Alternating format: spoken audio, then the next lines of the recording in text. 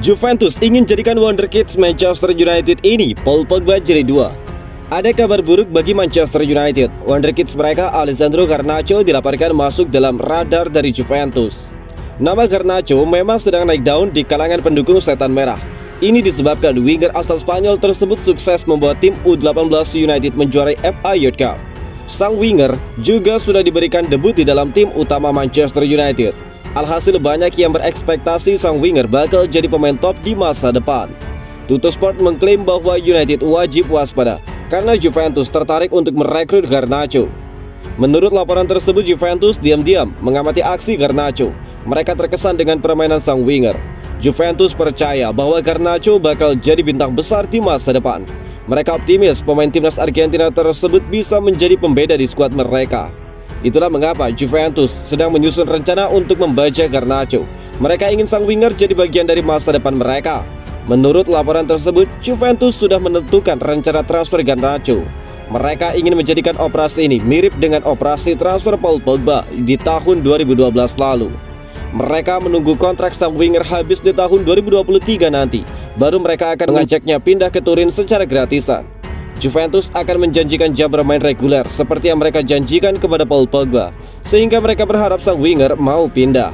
Manchester United sendiri sadar bahwa Juventus dan beberapa klub raksasa Eropa meminati talenta muda mereka tersebut. Untuk itu mereka sudah merencanakan untuk mengamankan masa depan sang winger dengan kontrak baru.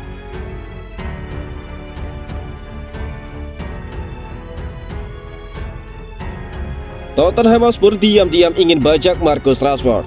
Ada kabar mengejutkan datang bagi Marcus Rashford dan Manchester United. Penyerang Manchester United tersebut dilaporkan berpotensi pindah ke Tottenham Hotspur di musim panas ini.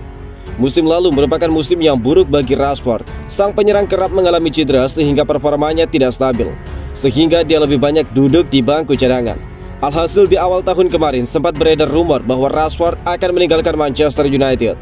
Namun rumor ini meredup dalam beberapa bulan terakhir. Namun kabar terbaru menyebutkan bahwa Rashford berpotensi pindah ke Tottenham. Saya tahu bahwa perwakilan Marcus Rashford baru-baru ini bernegosiasi dengan Tottenham Hotspur, ujar Roberto De Vanti kepada Cow Offset.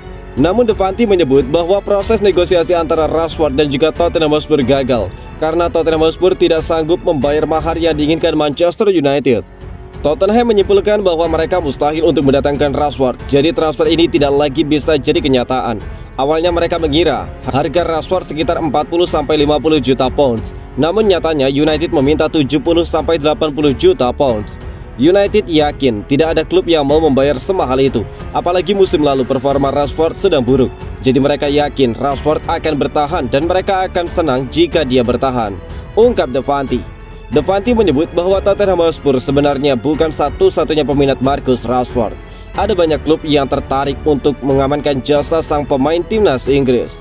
De Vanti menyebut bahwa banyak tim-tim asal Spanyol dan juga Italia tertarik untuk mengamankan jasa Marcus Rashford di musim panas ini.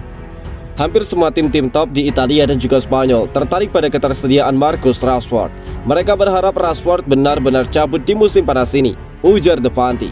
Menurut laporan-laporan yang beredar di Inggris, Marcus Rashford memang sedang tidak berencana untuk cabut dari United. Dia ingin membuktikan bahwa dia bisa menjadi andalan di musim depan. Jadi dia ingin membuat Ten Hag terkesan di dalam pramusim musim depan. Bruno Fernandes tidak mau Manchester United gagal lagi di Liga Eropa. Playmaker Manchester United Bruno Fernandes sama sekali tidak menampik bahwa dirinya kecewa karena Setan Merah tidak berhasil lolos ke Liga Champions musim depan. Namun Fernandes menegaskan bahwa dirinya tidak mau gagal lagi di Liga Eropa.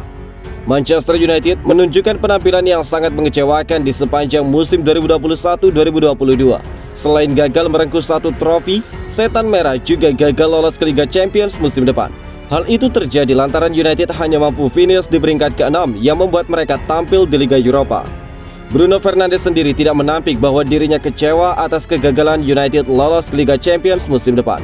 Namun Fernandes menegaskan bahwa dirinya tidak mau Manchester United gagal lagi di Liga Eropa. Fernandes tidak mau Manchester United mengulangi kegagalan mereka di final musim 2020-2021. Bintang asal Portugal tersebut ingin United merengkuh gelar juara. Apakah saya kecewa karena tidak bisa tampil di Liga Champions musim depan? Kekecewaan terbesar saya adalah ketika tidak bisa bermain sepak bola lagi. Tapi tentu saja setiap pemain ingin tampil di Liga Champions, ujar Fernandes kepada Ojogo. Musim depan saya akan tampil di Liga Eropa, dan ketika Anda sampai di sana, maka yang harus ada dalam pikiran adalah meraih kemenangan. Saya sudah kalah dalam satu laga final, dan untuk saat ini saya ingin memenangkannya, ujar Bruno Fernandes.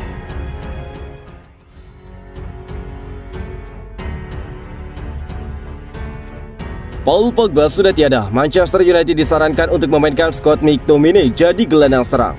Mantan pelatih Skotlandia, Alex McLeish, memberi saran kepada Erik ten Hag agar memainkan Scott McTominay sedikit lebih ke depan di lini tengah Manchester United.